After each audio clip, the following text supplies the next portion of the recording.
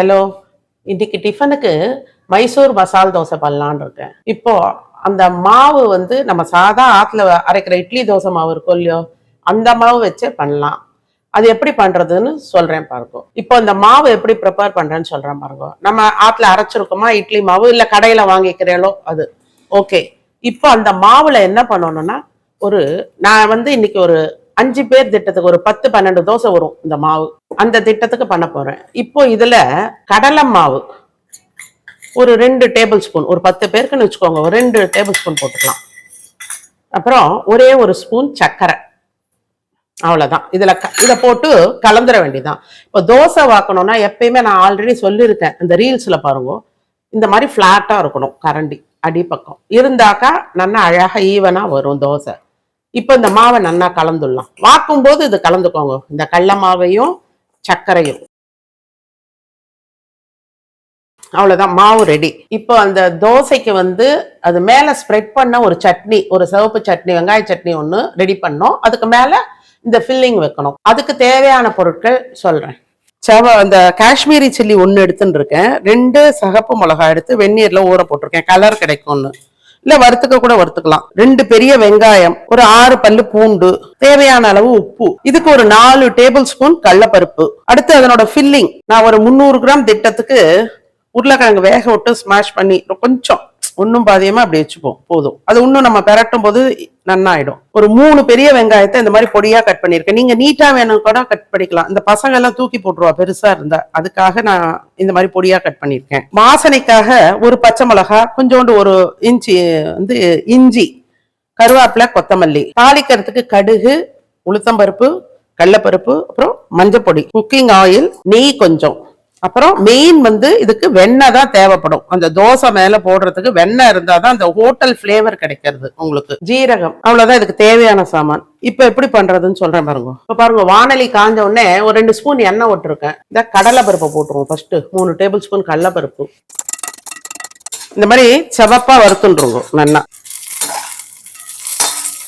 அடுத்து இந்த பூண்டு, இதை வதக்கிக்கணும். அதுலயே இந்த வெங்காயம், அது பரவாயில்ல பெருசா கூட கட் பண்ண வதக்க தானே போறோம்.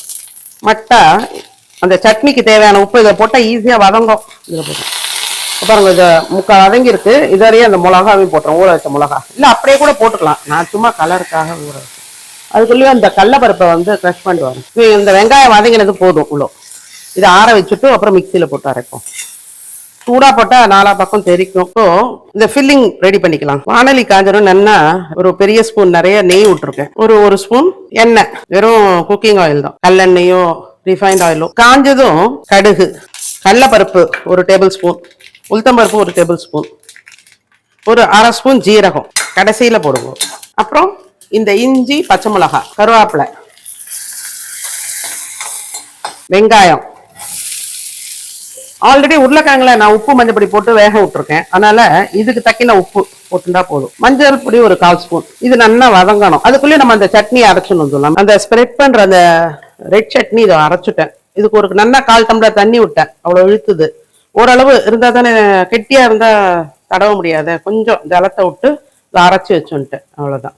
இப்போ பாருங்க, வெங்காயம் வதங்கிருக்கு. இப்போ இந்த உருளைக்கிழங்கு இதில் போட்டுருவோம்.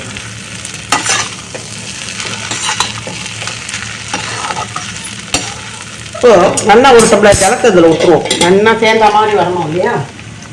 இதுக்கெல்லாம் இந்த திக்னஸ் வச்சுட்டா வர வர இறுகி போயிடும், போதும். இப்போ இதுல கொத்தமல்லியை தூவிடுவோம்.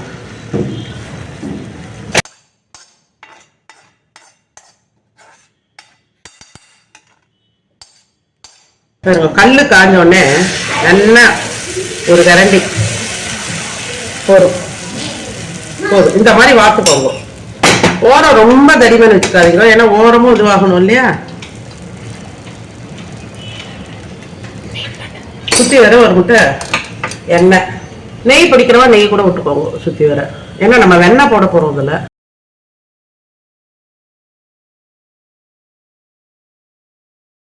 இப்போ இந்த சட்னி எடுத்து இப்படி போட்டுருங்க. போட்டு ஃபுல்லா அப்படியே ஸ்ப்ரெட் பண்ணிடணும்.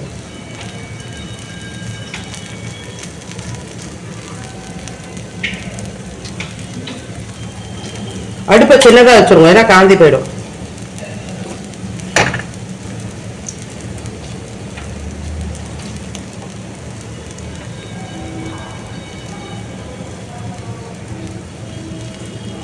இப்போ இதுக்கு மேல வெண்ணெய். வெண்ணெய் வேண்டாம்னு நினைக்கிறோம், நெய் கூட விட்டுக்கலாம். இப்போ இந்த ஒரு சைடு மட்டும்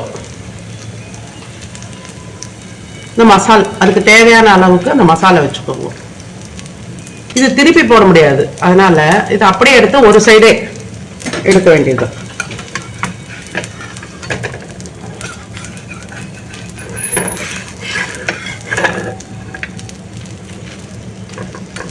அவ்வளவுதான்.